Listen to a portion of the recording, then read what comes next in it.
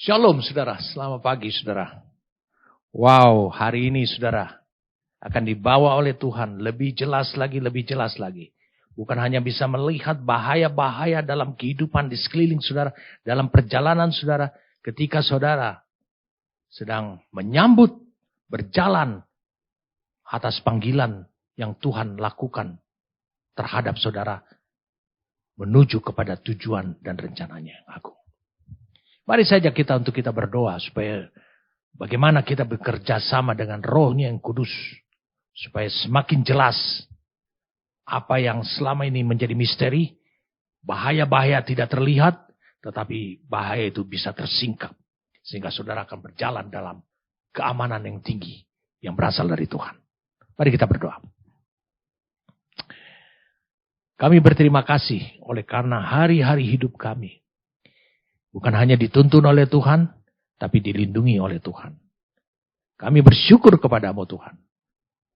Karena Engkau mengundang kami lewat panggilanmu. Dan panggilanmu tidak pernah berubah.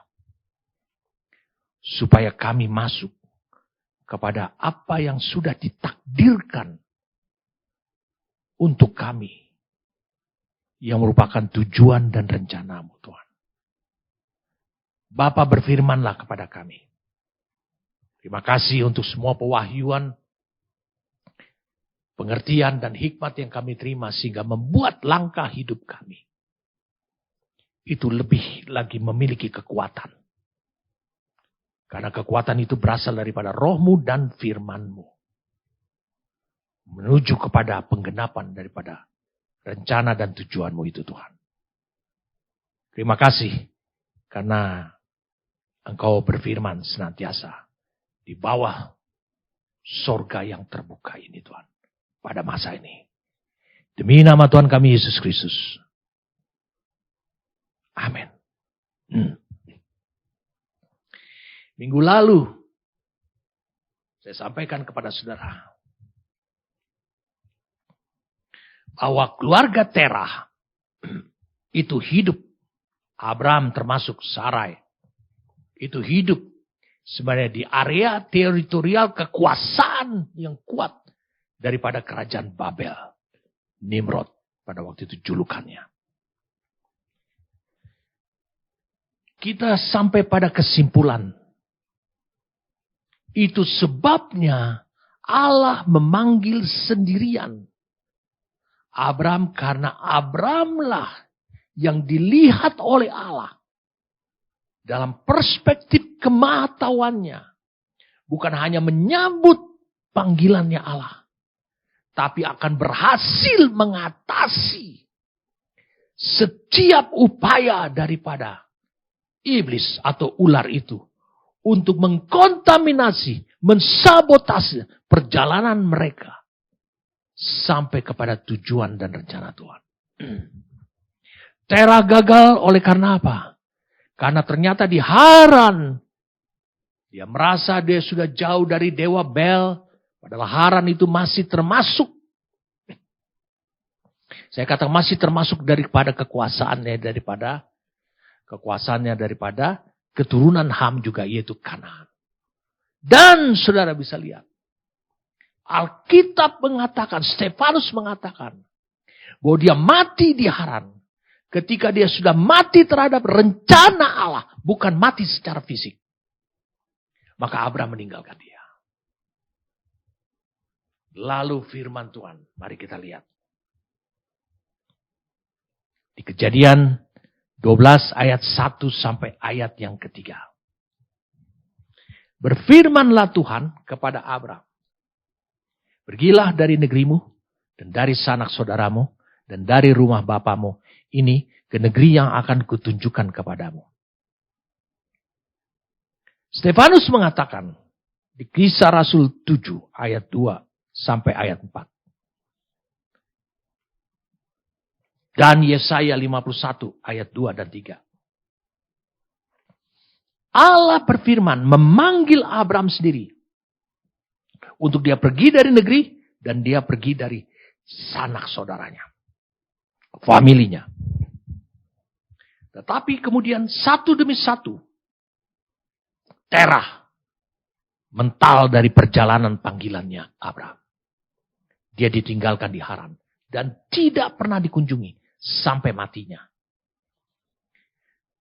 Kemudian dikatakan di sini, aku akan membuat engkau menjadi bangsa yang besar dan memberkati engkau serta membuat namamu masyhur dan kau akan menjadi berkat. Aku akan memberkati orang-orang yang memberkati engkau dan mengutuk orang-orang yang mengutuk engkau. Dan olehmu semua kaum di muka bumi akan mendapat berkat. Lalu pergilah Abraham seperti yang difirmankan Tuhan kepadanya dari Haran. Dan Lot pun ikut bersama-sama dengan dia. Abraham berumur 75 tahun ketika ia berangkat dari Haran. Jadi ketika, saya ulangi. Ketika Abraham menerima panggilan yang diulang lagi. Agak mirip diulang oleh Allah. Walaupun ada pendetailannya. Tentang rencana Allah mau dijadikan apa Abraham ini. Dan dia berhasil meninggalkan Terah.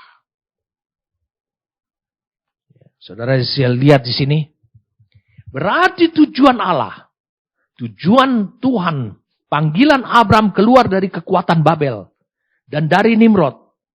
Agar Allah bisa menjadikan Abraham. Menjadikan Abraham seperti apa? Kejadian 12 ayat 2 dan 3. Saudara lihat pada tayangannya. Kejadian 12 ayat 2 sampai 3. Aku akan membuat kau menjadi bangsa yang besar. Memberkati bangsa yang besar. Memberkatimu. Membuat namamu masyhur. Bahkan menjadikan kau berkat. Bahkan memberkati mereka yang memberkati Abraham. Wow. Jadi Abraham menjadi tolok ukur perilaku daripada Allah. Memberkati mereka yang memberkati engkau. Mengutuk mereka yang mengutuk Abraham. Dan oleh Abraham, katanya. Ini yang Allah mau kerjakan. Dan oleh Abraham, semua kaum di muka bumi ini dikatakan. Semua kaum di muka bumi ini akan beroleh berkat.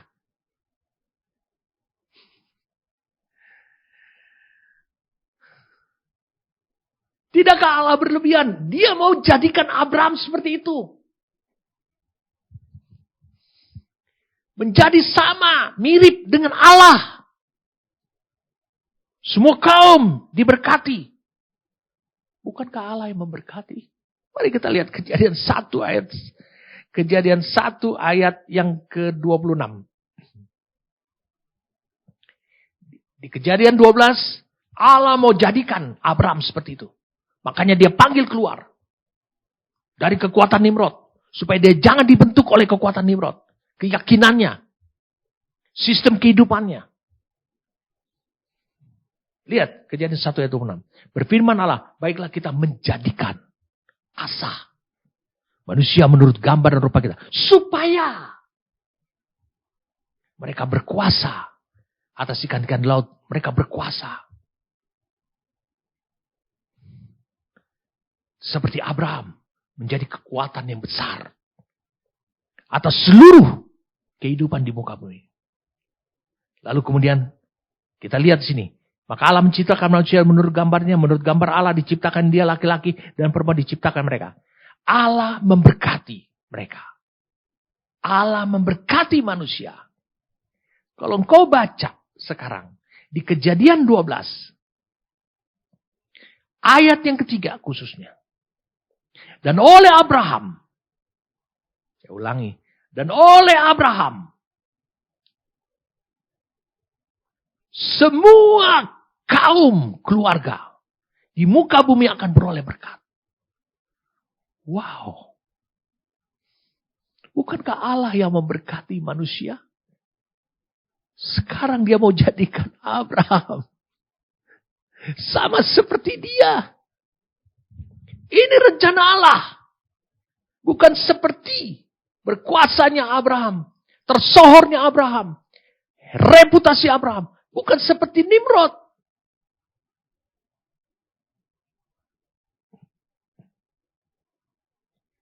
Jadi saudara bisa lihat. Panggilan Allah kepada Abraham. Panggilan Allah kepada Abraham. Supaya semua yang dikerjakan Allah atas Abraham tersebut. Supaya Abraham bisa menggambarkan rupa Allah. Rupanya Allah yang adalah roh yang berkuasa. Yang adalah roh sang pencipta. Yang adalah roh yang memberkati. Supaya bisa digambarkan. Itu sebabnya dia harus keluar dari Ur Kasdim. Dari kekuatan yang mempengaruhi. Yang membuat dia bisa gagal terhadap tujuan dan rencana Allah itu. Jadi yang pertama adalah supaya dia bisa menggambarkan rupanya Allah. Makanya saudara, dia disebut Bapa. Yesus juga menyebut dia Bapa. Bapa orang percaya. Lalu apa rencana Allah? Dia satu-satunya dari garis keturunan Sem.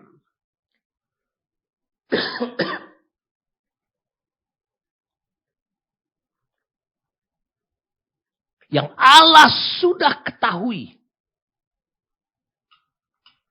Bahwa dari garis keturunan Abraham. Itu akan mewujudkan Mesias. Untuk menggenapkan Kejadian 3 ayat yang ke-15. Kejadian 3 ayat 15. Aku akan mengadakan permusuhan antara engkau dan perempuan ini. Antara keturunanmu. Tidak dikatakan keturunan-keturunanmu. Dan keturunannya. Keturunannya akan meremukkan kepalamu. Dia berbicara tentang Mesias. Dan kau akan meremukkan tumitnya. Itu sebabnya. Abraham dipanggil. Dari Ur Kasdim. Dari teritorial. Kekuatan kerajaan daripada dunia ini. Yaitu Babel. Supaya Allah bisa mewujudkan Mesias dari garis keturunannya Abraham.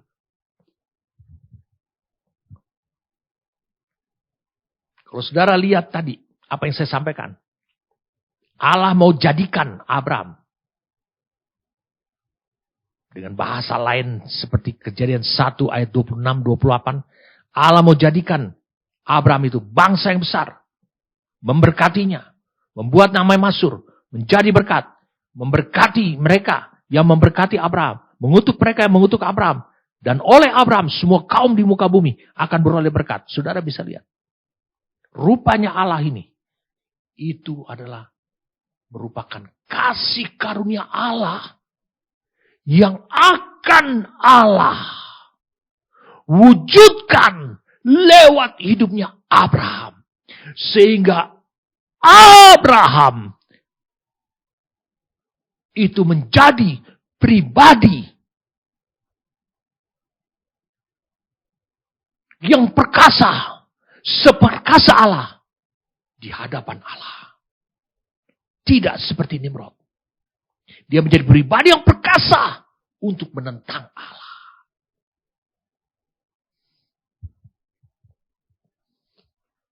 Itu sebabnya Allah tidak main-main. Nah, ketika saudara menerima panggilan Allah. Dan saudara tahu itu adalah undangan Allah. Untuk menjadi segambar dan serupa dengan anaknya. Saudara harus tahu. Saudara juga harus diuji. Kalau kau baca Kejadian 11 dan Kejadian 12. Dan seterusnya. Kelihatannya itu satu kisah yang biasa-biasa saja. Oh tidak. Allah perhatikan. Setiap saudara yang menerima panggilan Allah. Dan mulai bergerak. Melangkah. Melangkah dalam hidup saudara. Untuk menggenapkan rencana tujuan Tuhan Allah. Engkau pun harus diuji. Banyak orang hanya mengetahui bahwa Abraham diuji hanya satu kali. Tapi oleh pertolongan Roh Tuhan, saya menemukan lain. Ketika Allah menyingkapkan kepada saya tentang panggilan Abraham itu apa? Panggilan Abraham bukanlah untuk hanya mewujudkan bangsa yang besar. Panggilan Abraham bukanlah hanya mewujudkan Israel. Panggilan Abraham bukan hanya mewujudkan Ishak. Bukan hanya itu. Tapi panggilan Abraham adalah untuk memunculkan Kristus. Itu sebabnya Matius pasal yang pertama, ayat yang pertama. Saudara lihat pada tayangan. Dengan jelas dikatakan bahwa itulah silsilah daripada Yesus Kristus Sang Mesias. Dia lahir dari benih Abraham, Daud. Oke. Ada berapa ujian atas panggilannya Abraham?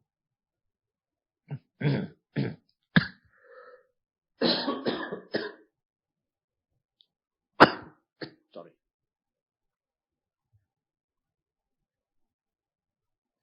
Ujian atas panggilan Abraham saya menemukan dengan pertolongan Tuhan. Ada 3 kali panggilan Abraham diuji. Dan terpujilah nama Tuhan oleh karena Abraham lulus, bukan lolos dari ketiga panggilan ini. Sehingga Allah membuat namanya masyhur. Tidak seperti Nimrod membangun kekuatannya.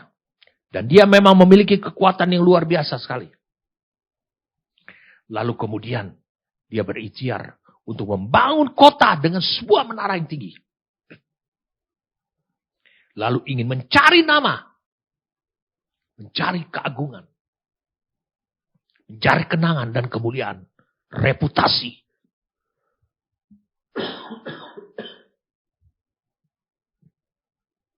Ini bukan hal yang gampang.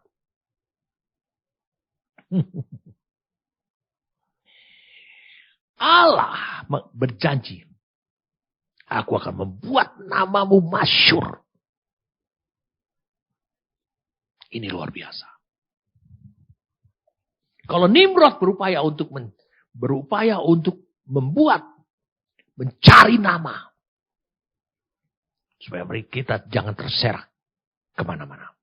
Baik. Kita mulai saja. Nanti saya akan jelaskan dari minggu ke minggu. Setiap ujian yang dialami oleh Abraham ini. Yang pertama. Perhatikan ini baik-baik.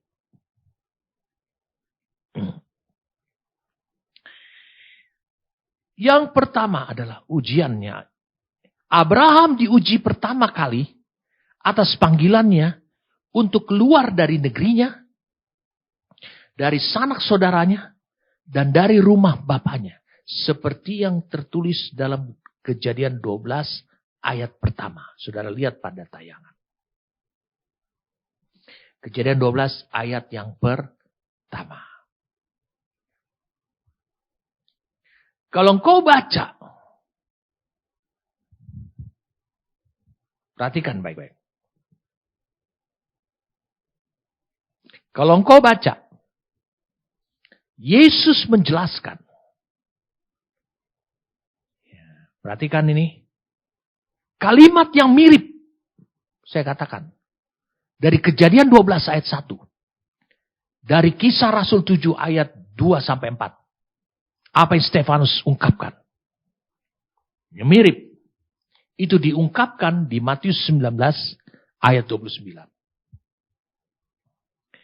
Matius 19 ayat 29. Dan setiap orang yang karena namaku, oleh karena pribadiku, kata Yesus, meninggalkan rumahnya, saudaranya laki-laki, atau saudaranya perempuan, ini sanak saudaranya, bapak atau ibunya, anak-anak atau ladangnya, ini berarti rumah bapaknya, akan menerima kembali 100 kali lipat. Berarti dia punya 100 bapak? Bukan.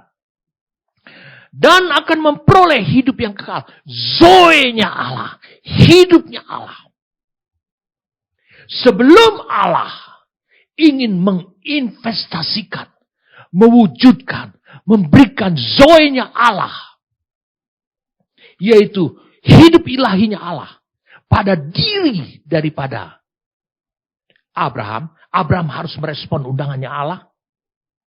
Dia harus keluar. Dia harus diuji. Betulkah dia keluar dari negerinya? Dan memang dia keluar dari negerinya. Dari negeri siapa? Dalam kekuasaannya Nimrod. Allah tidak memberitahu bahwa dia akan menuju ke tanah keturunannya Ham lagi. Yaitu Kanaan. Karena Kanaan adalah keturunannya Ham. Dan bahkan keturunan Ham lagi adalah, salah satu adalah, selain Kus, Misraim. Misraim ini adalah Mesir. Itu pun keturunan Ham. Jadi keturunan Ham ini manusia yang hebat-hebat. Mirip kayak keturunan Kain. Yang lari dari hadiratnya Allah. Mereka membangun peradaban yang luar biasa. Teknologi, pengetahuan. Bahkan sampai kecantikan. Sehingga anak perempuan mereka cantik-cantik. Jadi apa tujuannya Allah? Mari saja kita melihat di sini. Jadi Allah ingin memasukkan, menanam Zoe-nya. Di Lukas pasal yang ke-9. Lukas pasal 9 ayat 59. Yesus mengatakan, lalu dia berkata kepada seorang lain, ikutlah aku. Ini panggilan. Tapi orang itu berkata, izinkanlah aku pergi dahulu menguburkan Bapakku. Tapi Yesus berkata kepada, biarlah orang mati menguburkan orang mati. Tapi engkau pergilah dan beritakanlah kerajaan Allah di mana-mana. Ini berbicara tentang orang yang dipanggil oleh Tuhan, tapi dia masih punya hubungan dengan orang tuanya. Dan orang tuanya sudah mati. Dan saudara, sudah saya jelaskan dulu. Bahwa orang tuanya ini bukan mati pada saat dipanggil oleh Tuhan. Atau kemarin orang tuanya mati, baru Yesus memanggil dia. Bukan.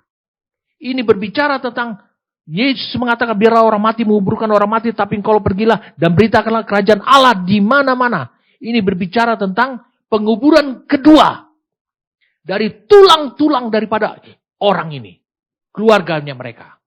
Ini berbicara tentang keluarga yang kaya, yang hidupnya di gua-gua.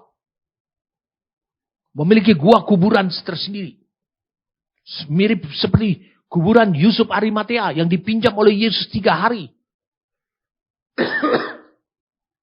Lalu mereka, bayangkan orang tua mereka, kemungkinan sudah mati 50 tahun yang lalu. Saya ulangi, 50 tahun yang lalu. Itu berkisar antara satu generasi biasanya. 40 sampai 50. Oke lah, 40 tahun. Bayangkan, dia masih teringat untuk mengikuti Yesus. Tidak mudah menyambut panggilannya Allah untuk supaya saudara menerima Zoe-nya Allah. Perhatikan, saya buka satu ayat di Lukas pasal yang bukan Lukas, saudara, sorry. Yehezkiel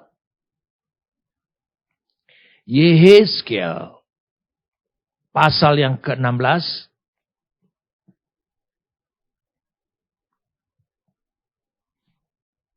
Ini perhatikan baik-baik. Kelahiranmu begini, maksudnya Yerusalem.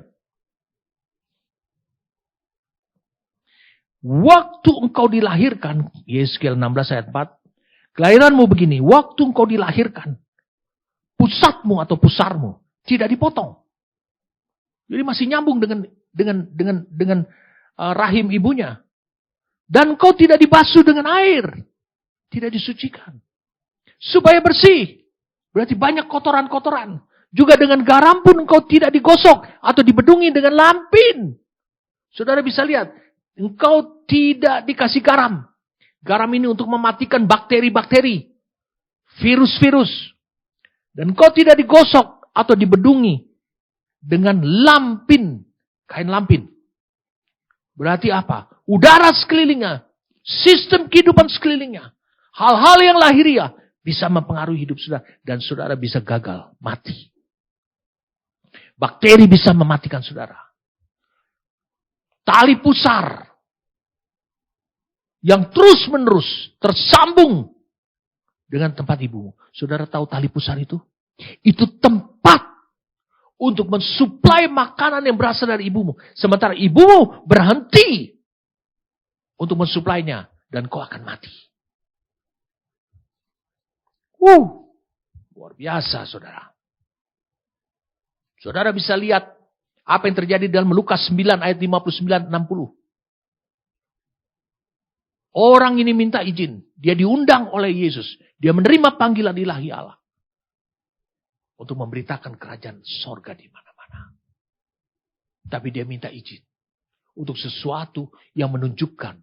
Yang memanifestasikan dalam hidupnya. Bahwa dia masih terikat kepada hubungan lahiriah. Berapa banyak saya berbicara kepada jemaat saya. Terlalu kuat saya bisa mengendus. Hubungan lahiriah itu. Membelenggu hidup mereka. Ini yang dialami oleh anak orang kaya ini. Dia tahu bahwa dia belum melakukan namanya penguburan kedua, namanya ossuary. Ossuary, tulang-tulangnya dimasukkan ke dalam satu peti lebih kecil sehingga disusun dengan baik. Diberi nama, diberi memori. Supaya ruang kuburan tersebut itu bisa lagi dimanfaatkan untuk keluarga nanti kalau ada yang baru meninggal. Wow. Kita baru bahas. Bukan baru bahas, saya baru ungkapkan. Abraham diuji pertama kali panggilannya untuk keluar dari negerinya. Dari rumah bapaknya. Dan dari rumah saudara-saudaranya. Ini tidak mudah. Bagi Abraham tidak mudah. Saya ingin tunjukkan kepada saudara. Bahwa Abraham adalah pribadi yang tidak memiliki ketegasan yang kuat. Untuk berani. Di awalnya di Ur-Kasdim meninggalkan Terah. Dan memerintahkan kepada Lot. Untuk tidak mengikut dia. Itu sebabnya Allah memproses dia kembali. Ujian yang kedua. Nanti kita akan bahas. Mungkin minggu depan atau hari ini. Ujian yang pertama.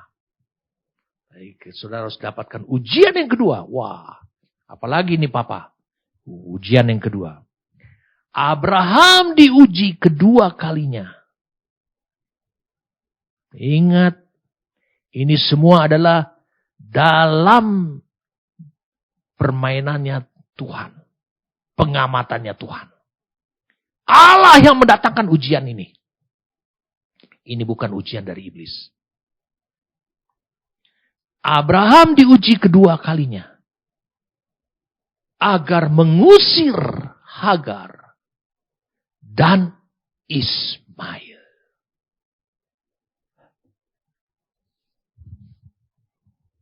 Abraham diuji kedua kalinya. Agar mengusir Hagar dan Ismail. Kita mulai dari story yang sederhana.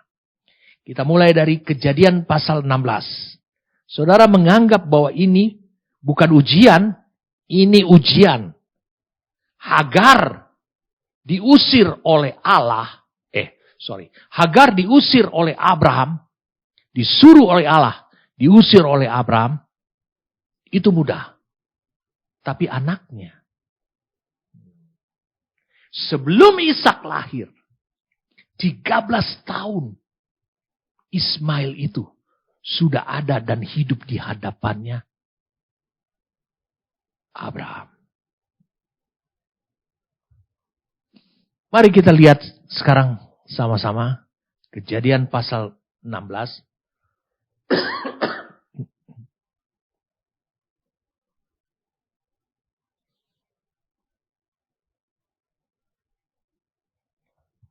Ayat yang pertama, adapun Sarai istri Abraham itu tidak beranak. Ia mempunyai seorang hamba perempuan, orang Mesir, Hagar namanya. Berkatalah, kita akan bahas nanti Hagar namanya. Saudara perhatikan baik-baik. Ini orang Ibrani, Musa yang menulisnya, orang Ibrani mengatakan Hagar namanya orang Mesir. Saudara akan tahu nanti. Betulkan namanya adalah Hagar? Berkatalah Sarai kepada Abraham, engkau tahu Tuhan tidak memberi aku melahirkan anak. Karena itu baiklah hampiri hambaku itu, maksudnya Hagar, mungkin oleh dialah aku dapat, kata Sarai, memperoleh seorang anak. Jadi dia melahirkan bagiku. Dan Abraham mendengarkan perkataan Sarai. Abraham mendengarkan perkataan Sarai. Ini tidak berat buat Abraham mendengarkan perkataan istrinya. Maka dia menjadi bapak orang percaya. Jadi Sarai istri Abraham itu mengambil Hagar, hambanya orang Mesir itu, yakni ketika Abraham telah 10 tahun tinggal di tanah Kanaan. 10 tahun tinggal di tanah. Lalu memberikannya kepada Abraham suaminya untuk menjadi istrinya. Abraham jadi 10 tahun, 75 tambah 10. Karena dia masuk ke tanah Kanaan itu kira-kira umur 75. 10 tahun. Untuk menjadi istrinya. Abraham menghampiri Hagar lalu mengandunglah perempuan itu. Ketika Hagar tahu bahwa ia mengandung, maka ia memandang rendah akan nyonya itu. Oke, stop. Hagar menjadi istri atau menjadi gundik. Untuk memperoleh anak. Itu usulnya siapa? Sarai. Bukan kemauannya Abraham.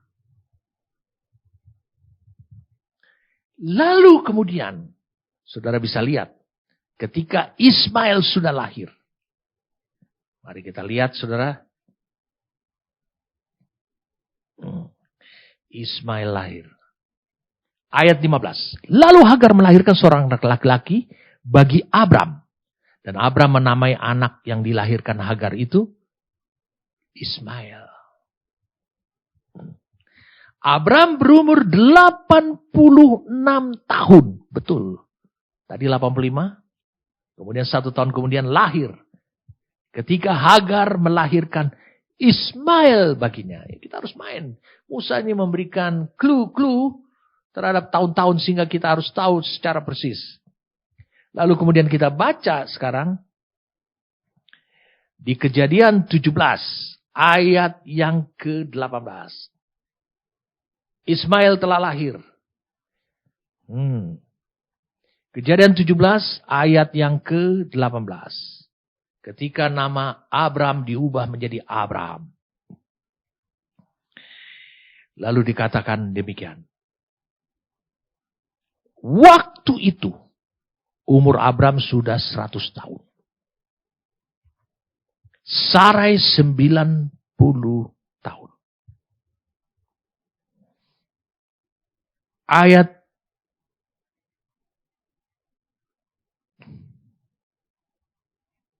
16. Aku akan memberkatinya. Ayat 15. Selanjutnya Allah berfirman kepada Abraham tentang istrimu Sarai. Janganlah kau menyebut dia lagi Sarai. Tetapi Sarah itulah namanya. Aku akan memberkati. Dan daripadanya juga aku akan memberikan kepadamu seorang anak laki-laki. Bahkan aku akan memberkatinya sehingga ia menjadi ibu bangsa-bangsa. Raja-raja bangsa-bangsa akan lahir daripada. Lalu tertunduklah Abram dan tertawa. Serta berkata dalam hati. Mungkinkah bagi seorang yang berumur 100 tahun seperti dia. Dilahirkan seorang anak dan mungkinkah Sarah yang telah berumur 90 tahun itu melahirkan seorang anak. Dan Abram berkata kepada Allah. Lihat dia sudah 100 tahun. Bukankah umur 86 tahun. Ismail lahir, berarti kira-kira umur Ismail itu sudah 13 tahun, mau masuk 14 tahun.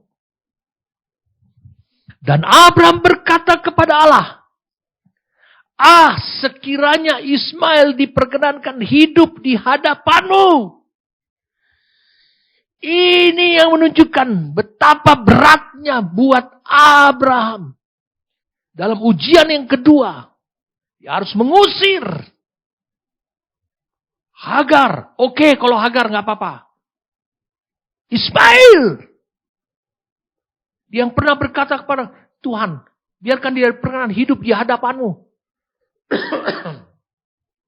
Sekarang kau baca dalam Kejadian 21. Mari kita lihat sekarang Kejadian 21. Lihat.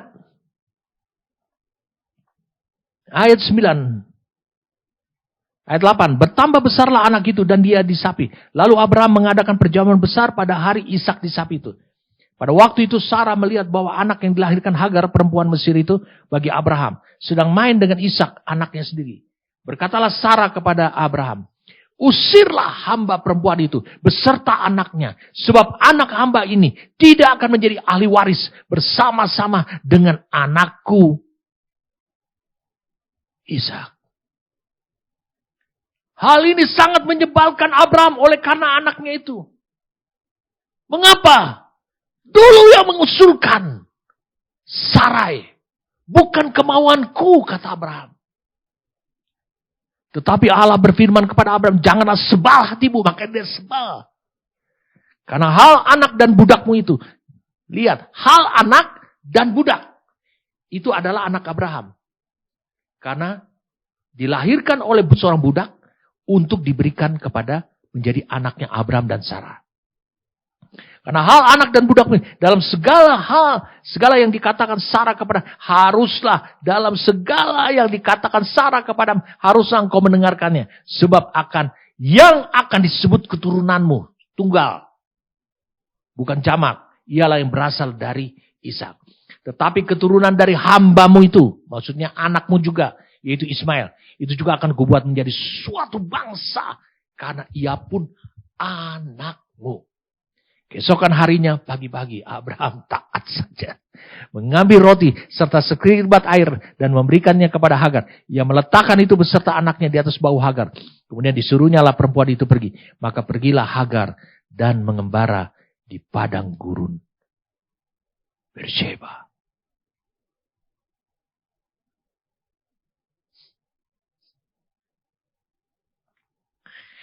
Saudaranya berpikir bahwa ini adalah hal-hal yang enteng. Mari kita lihat apa yang Alkitab katakan. Allah berbicara yang disebut keturunanmu. Yang menjadi ahli waris maksudnya. Adalah Ishak. Tapi dia bukan berarti, Ismail itu bukan berarti. Dia bukan anakmu, dia anakmu. Itu yang memberatkan dia. Ini adalah ujian kedua kali. Yang tidak mudah. Bagi seorang yang suatu hari dia kata, dia minta kepada Tuhan. Kiranya Ismail itu diperkenankan oleh Tuhan di hadapanmu. Yang membuat dia sebal karena yang mengusulkan Sarai. Sekarang meminta untuk diusir. 13 tahun kesenangan itu sudah melekat. Dan Abraham menyadari bahwa inilah yang dimaksudkan oleh Allah.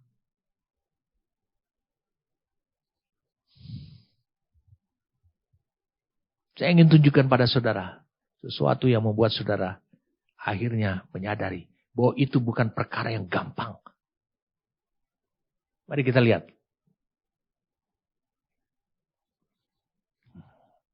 Kejadian 25 ayat 7. Abraham mencapai umur 175 tahun. Lalu ia meninggal. Ia mati pada waktu telah putih rambutnya, tua dan suntuk umur. Maka ia dikumpulkan kepada kaum leluhurnya. Dan anak-anaknya, Ishak dan Ismail. Musa menulis bahwa itu adalah anaknya Abraham. Dan anak-anaknya, Ishak dan Ismail, menguburkan dia di dalam gua Mahpelah, satu kuburan dengan Sarah. Di padang Efron bin Zohar, orang Het itu padang yang letaknya di sebelah timur, Mamre yang telah dibeli Abraham dari Bani Het, di sanalah terkubur Abraham dan Sarah istrinya. Ada dendam nggak dalam dirinya Ismail? Tidak. Bukankah dia dibuang di suatu padang gurun? Padang gurun Arabia.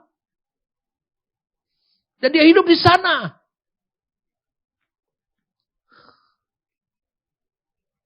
Saudara nggak pernah mengkalkulasi berapa lama dia hidup di sana. Dia hidup di sana hampir 90 tahun. Tanpa, saya katakan, tanpa berurusan dengan Abraham lagi. Tapi ketika dia mendengar Abraham mati, dia datang karena itu adalah bapaknya. Itulah yang dikonfirmasi apa yang ditulis oleh Musa.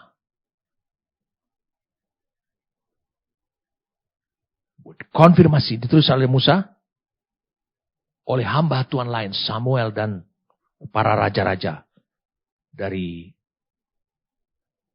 hamba-hamba Tuhan. Satu Tawarikh,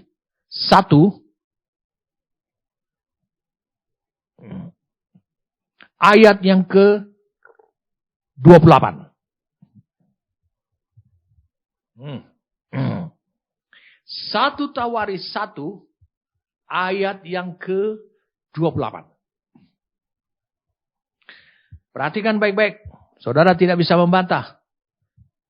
Itu sebabnya saudara banyak terkontaminasi oleh pengajaran dari luar. Yang berbahaya. Saudara tidak lurus hatinya. Lihat ayat 28. Anak-anak Abraham ialah Ishak dan Ismail.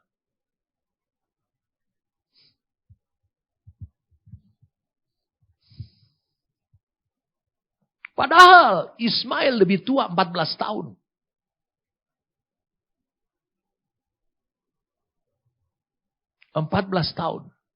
Lebih tua daripada Ishak. Kenapa Alkitab mengatakan Ishak dan Ismail? Ini berbicara dengan hak kesulungan. Supaya menggenapkan apa yang Allah katakan. Yang menjadi pewaris. Seperti yang diucapkan Sarai. Sarah adalah Ishak. Maka disebutkan yang pertama. Ishak dan Ismail.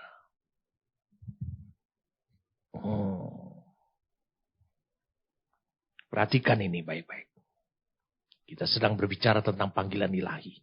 Panggilan ilahi Abraham diuji kedua kalinya. Untuk mengusir Hagar dan Ismail. Itu tidak mudah.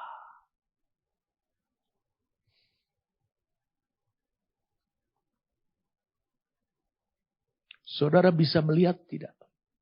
Allah sedang menanam zoe-nya Allah. Zoe, hidup ilahi Allah. Dalam diri Abraham.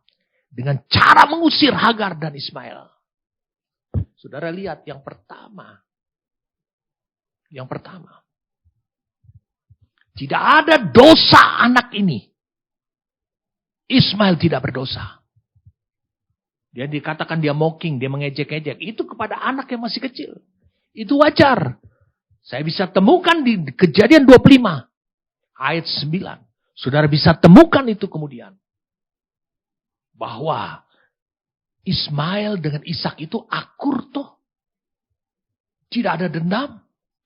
Dan Allah berjanji. Dia akan memberkati Ismail menjadi bangsa yang besar karena Abraham. Ismail tidak memiliki kesalahan. Salah satu kesalahan kecil yang dilakukan oleh Hagar adalah dia meninggikan diri sempat. Tetapi itu semua sudah beres.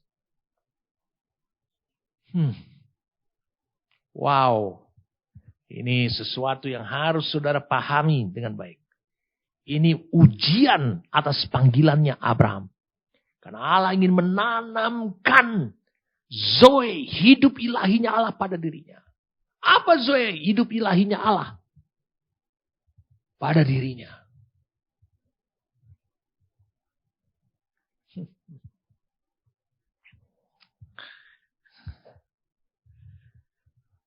Saya mau beritahu pada saudara. Mari kita lihat Kejadian pasal yang ketiga.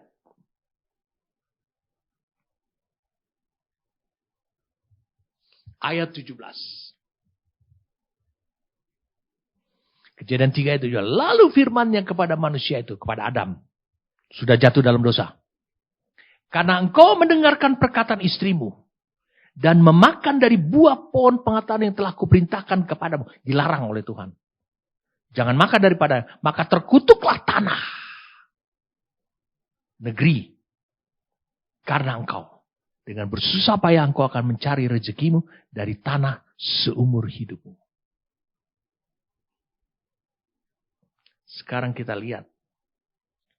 Di Kejadian pasal yang ke-16. Yang tadi saya sudah sampaikan. Ya, Kejadian pasal yang ke-16. Abraham mendengarkan perkataan Sarah. Untuk menghampiri Hagar. Lihat ayat yang kedua. Dan Abraham mendengarkan perkataan Sarai. Kemudian di Kejadian pasal yang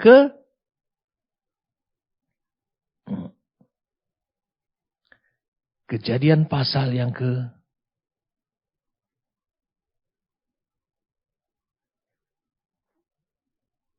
21.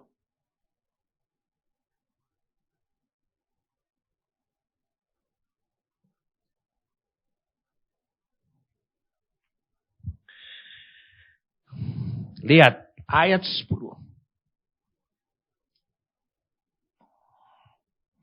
Berkatalah Sarah kepada Abraham, usirlah hamba perempuan itu beserta anaknya.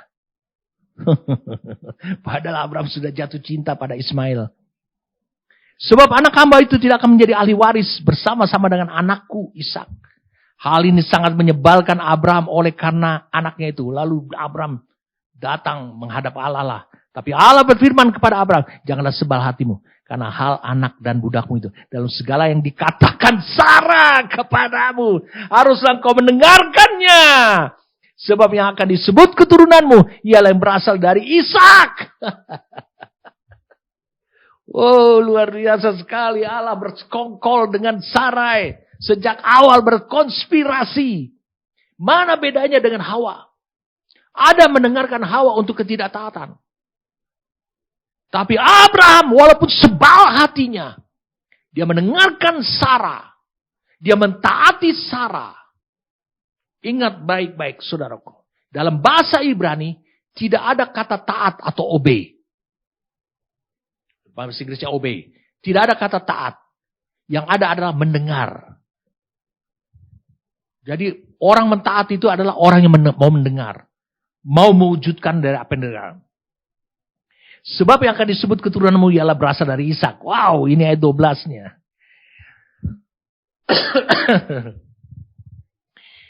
Wah, Abraham geleng-geleng kepala. Wah, Tuhan sudah berkonspirasi dengan diam-diam dengan Sarah ini. Dia bilang gitu. Saudara lihat. Panggilan Abraham diuji.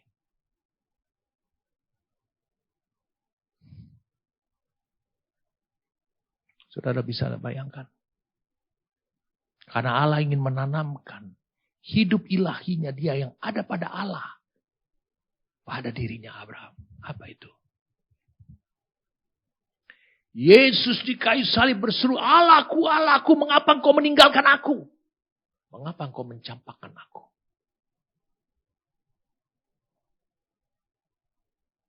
Kau berpikir, apakah Allah tidak pedih hatinya? Ya, berat ya.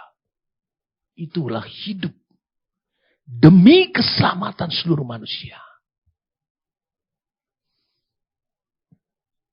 Saya mau beritahu pada saudaraku. Ketika saya dibukakan oleh Tuhan. tentang kebenaran ini beberapa tahun yang silam. Saya kaget. Saya kagumi. Orang Muslim mengklaim bahwa mereka dari garis keturunannya Ismail. Silakan. Itu silakan. Tetapi kita lihat di sini. Ismail adalah keturunan Abraham. Dia dalam rencananya Allah yang agung. Ismail memberikan kontribusi yang besar. Dengan munculnya suatu gereja yang dibangun oleh Yesus Kristus. Saya ajak kita melihat apa yang Rasul Paulus ungkapkan di dalam Galatia.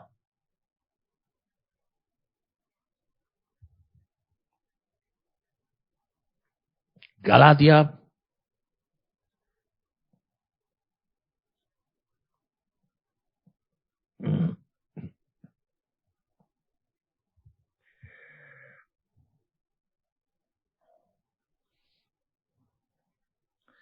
Galatia pasal yang keempat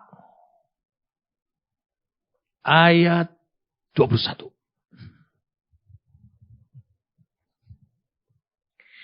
Katakanlah kepadaku, hai kamu yang mau hidup di bawah hukum Taurat. Tidakkah kamu mendengarkan hukum Taurat? Ini persoalan jemaat Galatia ini. Memulai dalam roh, mengakhiri dalam daging. Bukankah ada tertulis bahwa Abraham mempunyai 2 anak? Betul. Paulus tidak mengatakan hanya 1 anak. 2. Seorang dari perempuan yang menjadi hambanya, dan seorang dari perempuan yang merdeka. Hamba atau budak, selain adalah merdeka. Tapi anak dari perempuan yang menjadi hambanya itu, yang budak, itu diperanakan menurut daging. Dan anak dari perempuan yang merdeka itu, oleh karena janji Allah. Karena Sarah mandul di Kejadian 11. Ini adalah suatu kiasan. Atau alegori. Suatu Allah mau mengungkapkan sesuatu lewat hidup mereka. Ya, tentu dong. Allah tidak main-main. Karena sesuatu ini harus benar-benar persis. Spiritnya sama. Sebab kedua perempuan itu adalah 2 ketentuan Allah. Wow, my God. Sarah dan Hagar 2 ketentuan Allah. Minggu-minggu akan datang sudah akan dapat penjelasan. Hagar itu berasal dari Mesir. Ingat, Mesir itu adalah Misraim. Anaknya Ham. Anaknya Ham adalah Kus, Misraim, Put, Kanan.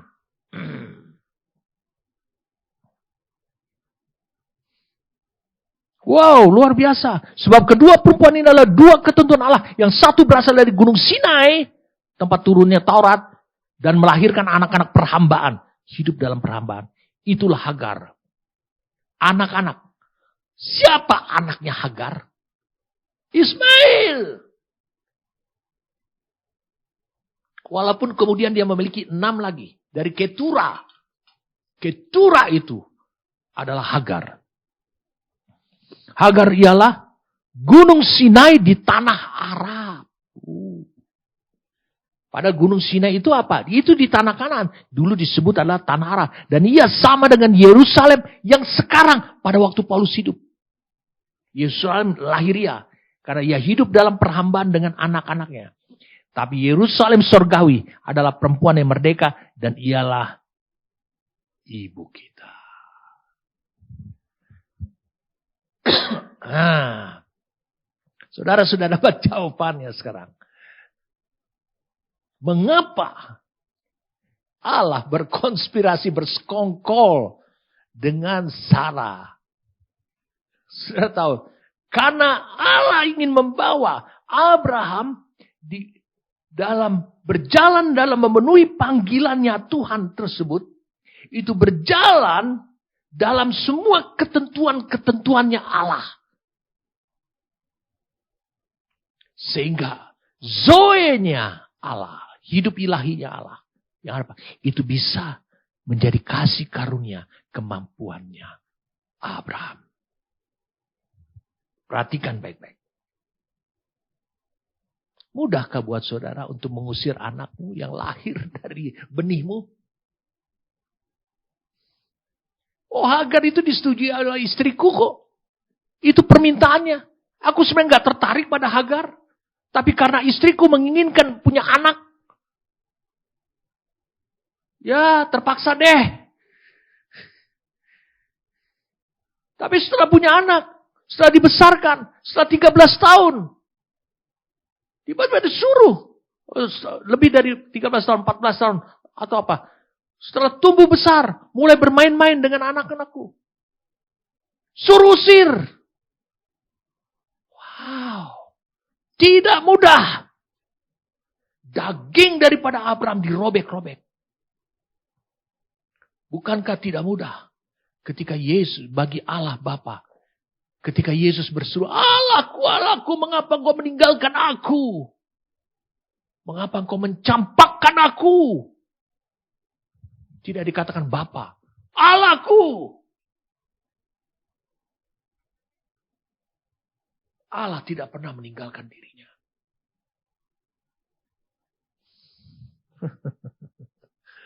Apa yang mau ditanam dalam dirinya Abraham? Saudara hanya kenal satu saja ujian yang disebut dengan ujian imannya Abraham ketika dia mempersembahkan Ishak. Boleh saya hancurkan pemahamanmu? Apakah Ishak mati? Apakah Ishak jadi korban? Tidak kan? Siapa yang jadi korban? Allah tidak menginginkan bahwa Abraham itu menjadi pembunuh. Karena apa? Karena Allah melarang. Pada masa Nuh, Allah memperingatkan Kain yang membunuh Habel untuk tidak boleh membunuh. Itu sebabnya Allah menyediakan anak domba. Itu datang dari Allah. Tapi Allah menguji. Itu tidak berat. Itu tidak, maksud saya, itu tidak mudah memang bagi Abraham. Karena apa? Karena Ishak dipersembahkan. Jadi korban. Allah berfirman, dia adalah anakmu satu-satu. Karena apa? Karena Ismail sudah ada di padang Arabia, Sinai. Haleluya. Saudara bisa pahami sekarang. Ujian kedua Abraham ini. Itu tidak mudah. Oke. Saya akan jelaskan ini nanti. Supaya saudara dapatkan mengapa hati Abraham sebal. Hati Abraham berat. Untuk mengusir Ismail. Karena Ismail itu anak yang baik.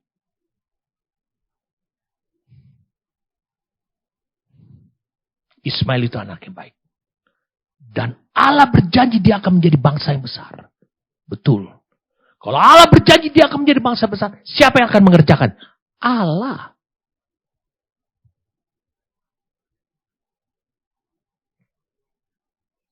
Wow. Saudara mungkin terbingung-bingung dan saudara seperti tersingkap tentang pewahyuan ini. Ini penting buat saudara. 3 kali. Saya akan sebutkan yang ketiga kalinya. Abraham diuji ketiga kalinya. Panggilannya. Untuk mengorbankan Ishak anak yang tunggal. Kepada Allah. Mari kita baca. Kejadian pasal 22.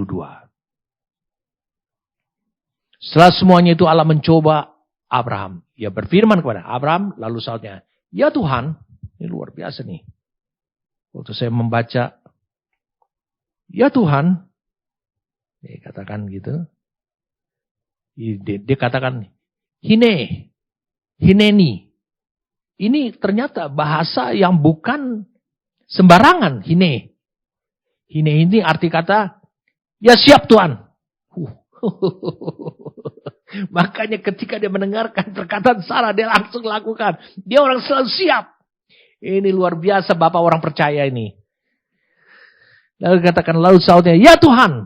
Firmannya, ambillah anakmu yang tunggal itu. Wah ini bahasa Tuhan mengatakan tunggal. Kenapa? Ya memang Ismail sedang hidup di padang gurun. Yang kau kasihi. Wow, yang kasihi. Dulu yang dia kasihi siapa? Ismail. Akhirnya berbagi. Ismail dan Ishak. Sekarang diusir Ismail. Yakni Ishak pergi ke tanah Moria. Dan persembahkanlah dia di sana sebagai korban bakaran pada salah satu gunung yang akan kukatakan kepadamu.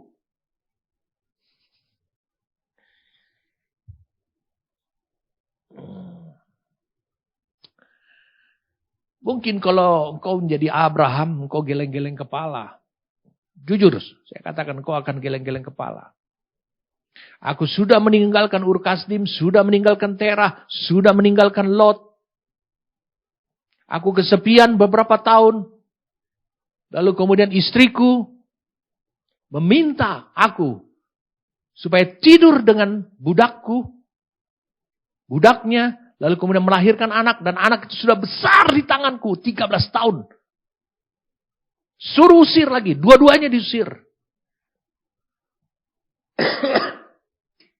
Oh maaf. Bukan 13 tahun. Lebih dari itu 13 tahun. Sekarang suruh diusir. Aduh. Abraham bukan hanya migrain. Abraham mau pecah kepalanya menghadapi situasi seperti itu. Yang berubah-ubah. Tidak bisa diprediksi oleh dia. Sekarang Allah berfirman. Anakmu yang tunggal. Karena dia sudah usir. Betul. Waduh. Korbankan. Nggak tanggung-tanggung.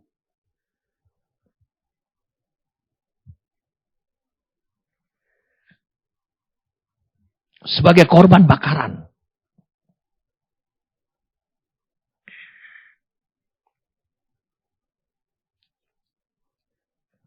Saya ingin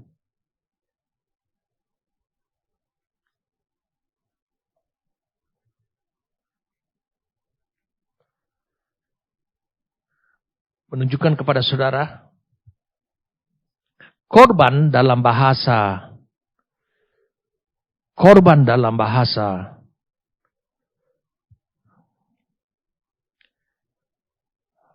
sebentar saudara.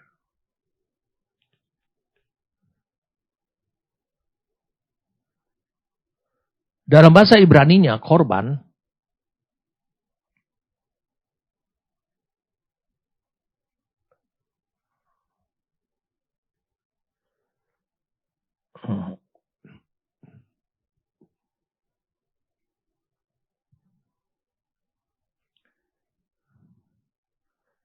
atau mengorbankan dalam bahasa Ibraninya itu adalah mincha. Ternyata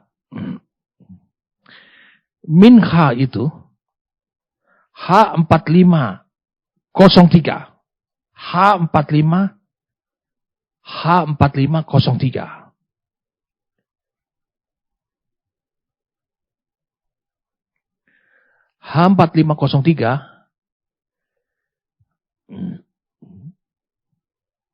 itu memberikan arti adalah mendekat kepada Allah.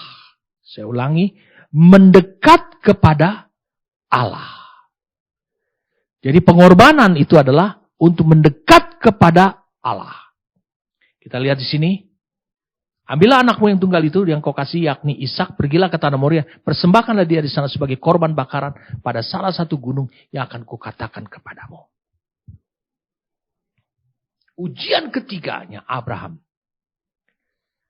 adalah dengan disuruh mengorbankan anak yang tunggal. Perhatikan baik-baik. Saudara harus bisa pahami. Siapa yang membangun situasi Kejadian 22 tersebut sehingga Ishak menjadi anak tunggal?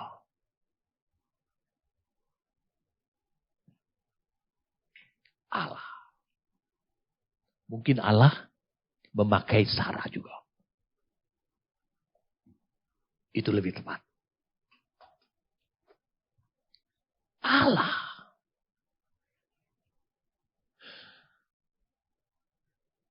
Saudara dipanggil oleh Tuhan untuk menjadi yang dipilih oleh Dia. Dengan cara tetap mengerjakan keselamatan yang adalah panggilanmu pada awal untuk lahir baru. Allah yang mau kerjakan bagaimana memasukkan hidupnya Dia dalam diri saudara. Saudara tentu tahu, ketika tidak dengan berat hati, Abraham mempersembahkan Ishak, mengorbankan Ishak. Saudara kan tahu, Yesus itu adalah anak Allah dan anak manusia. Yang mengorbankan Dia adalah Bapa. Allah ingin mengimpartasikan lewat panggilan yang dijawab, lewat ujian ketiga ini, mengimpartasikannya sifat-sifat, karakter dan kemampuan Allah yang disebut dengan kasih karunia-Nya Allah pada hidupnya Abraham. Mari kita lihat sekarang Kejadian 22.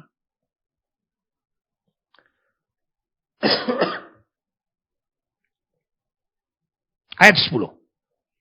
Sesudah itu Abraham mengulurkan tangannya lalu mengambil pisau untuk menyembelih anaknya. Wah. Nyaris dia membunuh Ishak. Tetapi berserulah malaikat Tuhan dari langit kepadanya. Abraham, Abraham, sautnya, ya Tuhan. Lalu ia berfirman, jangan bunuh anak itu. Karena Allah tidak menginginkan Abraham menjadi pembunuh. Seperti Kain. Jangan bunuh anak itu. Jangan kau apa-apakan dia. Jangan kau apa-apakan dia. Biarkan dia begitu saja. Sebab telah ku ketahui sekarang bahwa engkau takut akan Allah. Dan kau tidak segan-segan untuk menyerahkan anakmu yang tunggal.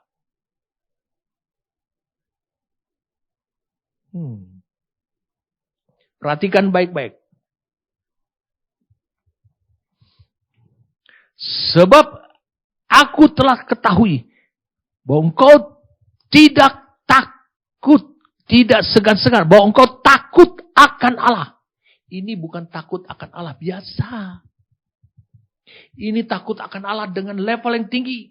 Kalau engkau lihat dalam King James Version, digunakan that thou fearest. Sangat takut akan Allah. Itu yang baru Allah temukan. Itulah yang Allah temukan dalam dirinya Abraham. Apakah Abraham takut akan Allah ketika dia keluar dari Ur Kasdim? Allah tahu. Apakah Abraham takut akan Allah ketika dia meninggalkan Terah di Haran? Allah tahu. Apakah takut akan Allah ditemukan ketika dia berpisah dengan Lot? Dia tahu. Karena usul berpisah dengan Lot adalah usulannya Abraham. Apakah takut akan Allah? Bukan takut akan istri. Ketika dia mengusir Hagar dan Ismail, Allah telah tahu dia takut akan Allah. Tapi dia sekarang Allah. Karena bahasanya, for now, lihat King James Version, I know, sekarang aku tahu bahwa engkau sangat-sangat takut akan aku. Wow, luar biasa saudara. Ini sesuatu yang tidak akan pernah saudara temukan di mana-mana. Bahwa Allah memanggil Abraham. Dan dia merupakan sumber garis keturunannya sampai kepada Mesias. Terwujudnya Mesias adalah dengan dia membawa apa yang Allah impartasikan sehingga dia menjadi sama seperti Allah. Bisa menjadi berkat bagi banyak orang.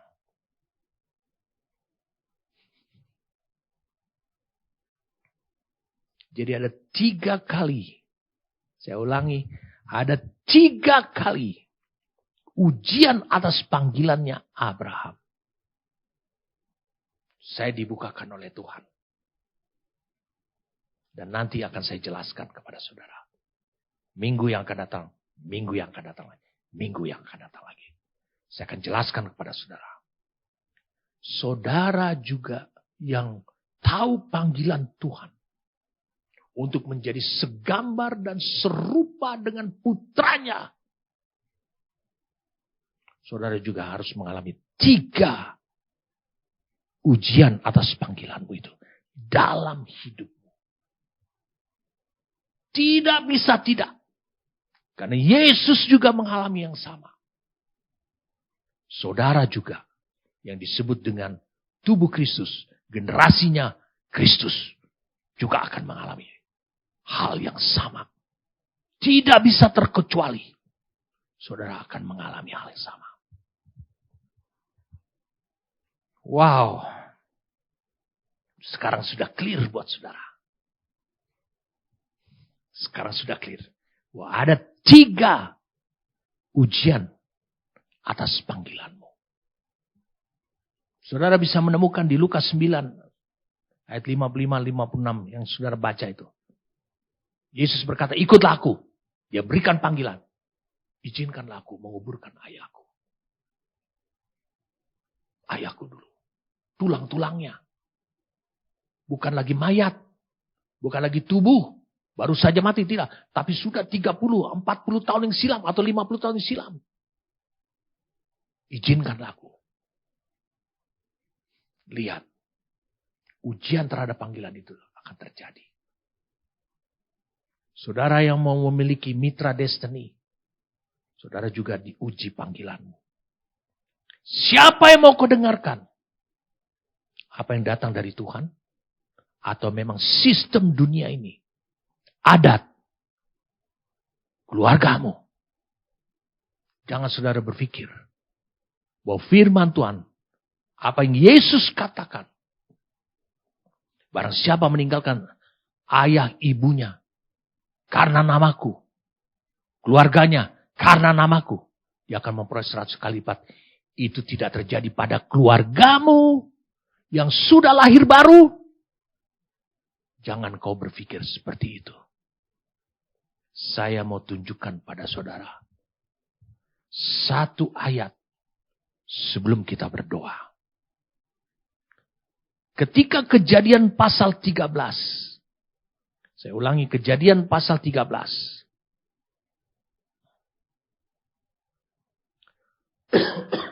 Abraham mengusulkan kepada Lot. Di ayat yang ke-8.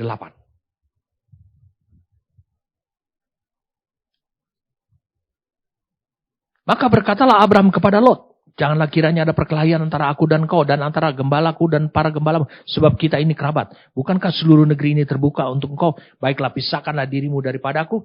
Jika engkau ke kiri, maka aku akan ke kanan. Jika engkau ke kanan, maka aku ke kiri. Sanak familinya hanya tinggal 1. Yaitu Lot. Ketika dia berkata itu, saudara berpikir, Lot ini orang benar. Karena hasil perbuatannya daripada Abraham. Mari kita lihat sekarang. Betulkah Lot ini orang benar? Kita lihat dalam 2 Petrus. Dalam 2 Petrus 2 ayat 7.